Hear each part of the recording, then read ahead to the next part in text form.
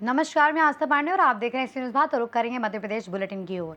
Madhya Pradesh bulletin में बात होगी कटनी की, जहां खैर माता माई मंदिर में आयोजित 3 दिवसीय धार्मिक कार्यक्रम के समापन पर नव जागरण दुर्गा समिति और वार्ड वासियों के संयुक्त तत्वाधान में जवारे विसर्जन बड़े ही श्रद्धा और धूमधाम के साथ संपन्न हुआ। साथ ही बात होगी उज्जैन की, जहाँ मंगलनाथ मंदिर में आयोजित 9 दिवसीय मंगल उत्सव का 5वां दिवस श्रद्धा, भक्ति और उल्लास के साथ संपन्न हुआ। ऐसी तमाम खबरों पर विस्तार से करेंगे चर्चा। खबर कटनी से, जहां खिरहनी फाटक स्थित खैर माता माई मंदिर में आयोजित 3 दिवसीय धार्मिक कार्यक्रम के समापन पर नव जागरण दुर्गा समिति और वार्ड वासियों के संयुक्त तत्वाधान में जवारे विसर्जन बड़े ही श्रद्धा और धूमधाम के साथ संपन्न हुआ, जिसमें बड़ी संख्या में श्रद्धालु गाजे बाजे के साथ माता के जयकारे लगाते हुए माई नदी तक पहुंचे और विधि विधान से जवारे विसर्जित किए गए। इस दौरान भक्तों ने नाचते हुए गाते हुए पूरे मार्ग को भक्तिमय बना दिया, जबकि माता काली का रूप धारण कर किए गए नृत्य ने सभी का ध्यान आकर्षित किया। कार्यक्रम में पंडा अप्पू कोल की महत्वपूर्ण भूमिका रही और 7 वर्षीय बालक दक्ष कोरी ने माता का बाना लेके पैदल यात्रा पूरी कर सभी को भाव विभोर कर दिया। पूरे आयोजन में श्रद्धा, भक्ति और उत्साह का अद्भुत संगम देखने को मिला। कटनी से सी न्यूज़ संवाददाता सुमित जायसवाल की रिपोर्ट। खबर कटनी से है, जहां जनता की समस्याओं के त्वरित समाधान के लिए महापौर प्रत्येक मंगलवार को सुबह 11 बजे से दोपहर 1:30 बजे तक जन सुनवाई करेंगी। इस दौरान वे सीधा जनता से 1-to-1 संवाद कर उनकी समस्याएं भी सुनेंगी और संबंधित अधिकारियों को मौके पर ही आवश्यक कार्यवाही के निर्देश देकर समस्याओं का समाधान सुनिश्चित करेंगी। मेरे कटनी वासियों, आप सभी को मेरा बहुत बहुत सादर नमस्कार। आप सबके बीच आज आने का मुख्य कारण है प्रत्येक मंगलवार को होने वाली महापौर जन सुनवाई। साथियों, इस जन सुनवाई का लक्ष्य आप सभी नागरिकों की समस्याओं का सुनकर उसका निराकरण करना है। यह जन सुनवाई नगर निगम कटनी द्वारा एक ऐतिहासिक पहल है, जिससे ज्यादा से ज्यादा नागरिकों की समस्याओं का समाधान शीघ्र हो सके। इसलिए सम्माननीय महिलाएं, सम्माननीय बुजुर्गजन, मेरे प्यारे प्यारे शहर के युवा बच्चे, आप सभी से मेरा विनम्र निवेदन है कि इस सेवा का लाभ हर वर्ग तक पहुंच सके।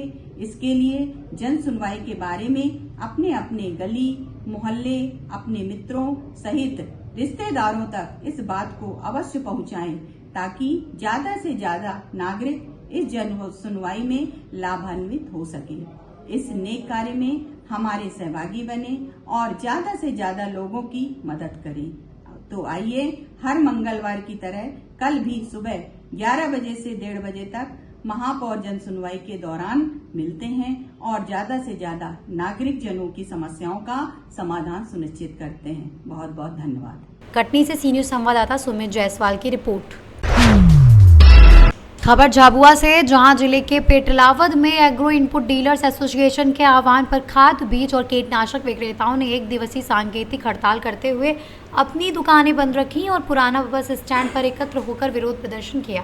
तहसील अध्यक्ष राजेश पाटीदार के नेतृत्व में व्यापारियों ने नारेबाजी करते हुए एसडीएम कार्यालय पहुंचकर नायब तहसीलदार अंकिता बीड़े को प्रधानमंत्री के नाम ज्ञापन सौंपा। ज्ञापन में उर्वरक कंपनियों द्वारा जबरन लिंकिंग पर रोक लगाने, खाद की आपूर्ति सीधे बिक्री केंद्र तक सुनिश्चित करने, डीलर मार्जिन बढ़ाकर 8% करने, साथ ही पोर्टल की अनिवार्यता सीमित करने तथा सीलबंद उत्पादों के फेल नमूने की जिम्मेदारी निर्माता कंपनियों पर डालने जैसी प्रमुख मांगे शामिल थी।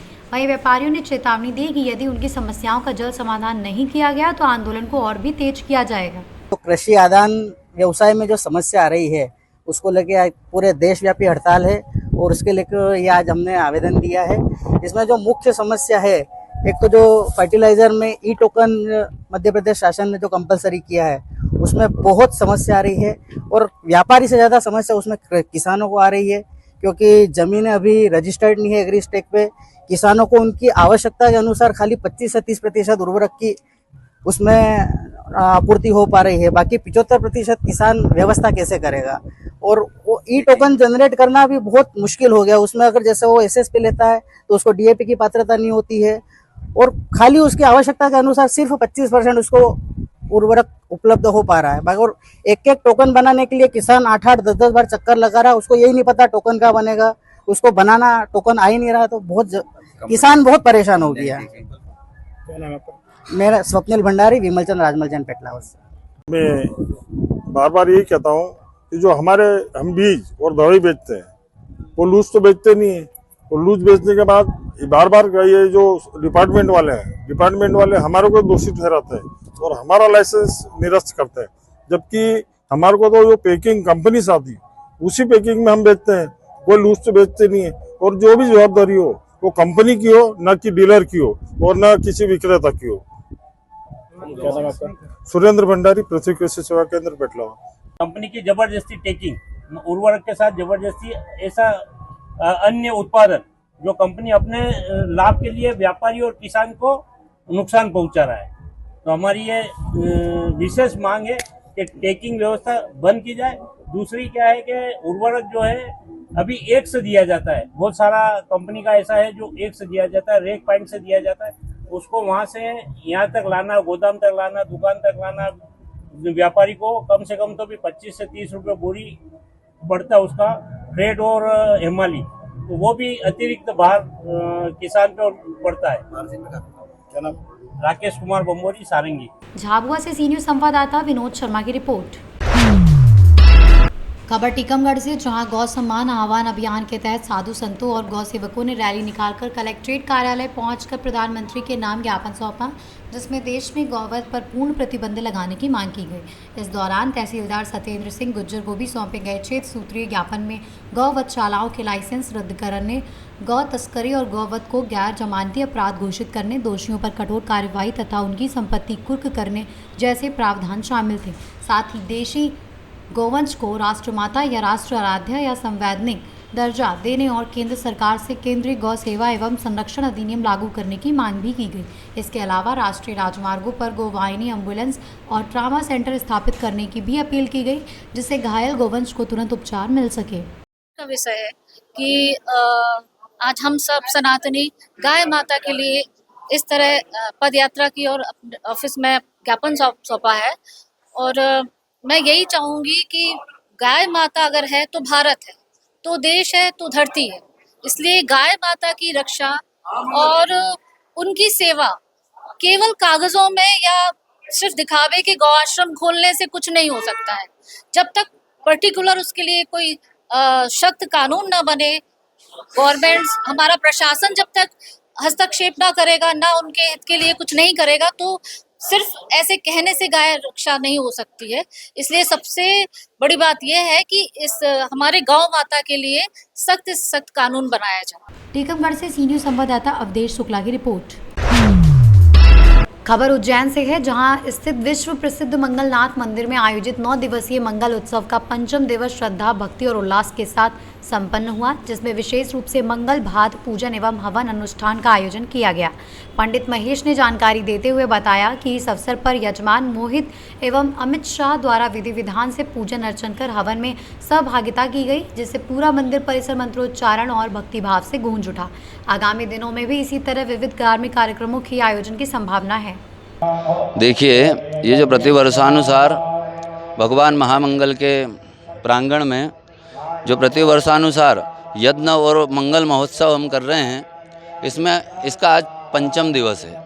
आज प्रातः नित्यार्चन, पीठस्थ जो देवता हैं उन सब का पूजन अर्चन आदि हुआ।